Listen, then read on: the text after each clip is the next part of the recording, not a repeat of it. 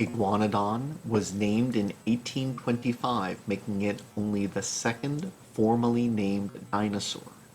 The meat-eating theropod Megalosaurus was first, and Hylaeosaurus, an armored dinosaur, was third.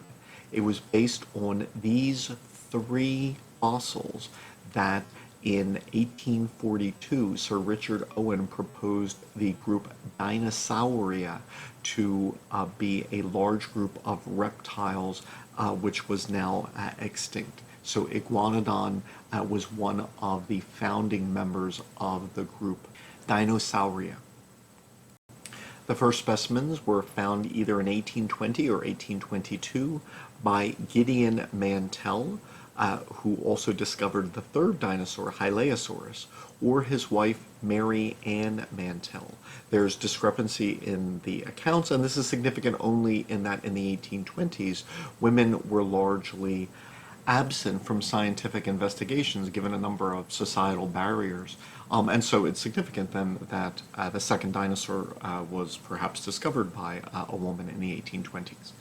Mantell interpreted the teeth as belonging to those of a large herbivorous reptile, but that was at first rejected because there were no large herbivorous reptiles on Earth. So experts like Buckland and Cuvier at first did not accept this, but then later did. Buckland was the one who described Megalosaurus, the first dinosaur. And it was noticed that the herbivorous lizard, the iguana, had some similarities in its teeth, and so Iguanodon was named after iguana tooth. In 1877, fossils of Iguanodon from multiple individuals, ultimately 38, would be discovered in a coal mine. And thus, it was the best understood dinosaur for a time because it was most completely known. And so when individuals spoke of dinosaurs, to a large extent, they were referring to Iguanodon more than any other in the 1800s. From the 1800s to the early 2000s, a number of fossils were classified in the genus Iguanodon. Thus, Iguanodon was considered to be a common dinosaur recognized on most continents going back to the late Jurassic period. But in 2007, the genus was reclassified, and many specimens were no longer considered to be members of the genus Iguanodon, but just related iguanodontids, and were classified in different genera.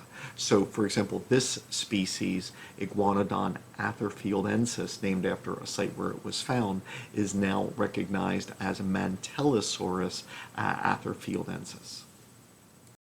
So the number of Iguanodon species has decreased from more than a dozen to only a few.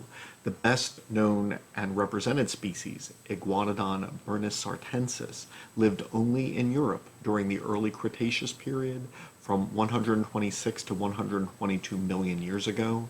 It could reach up to 10 meters in length, perhaps as large as 13 meters, and weighed 3 tons.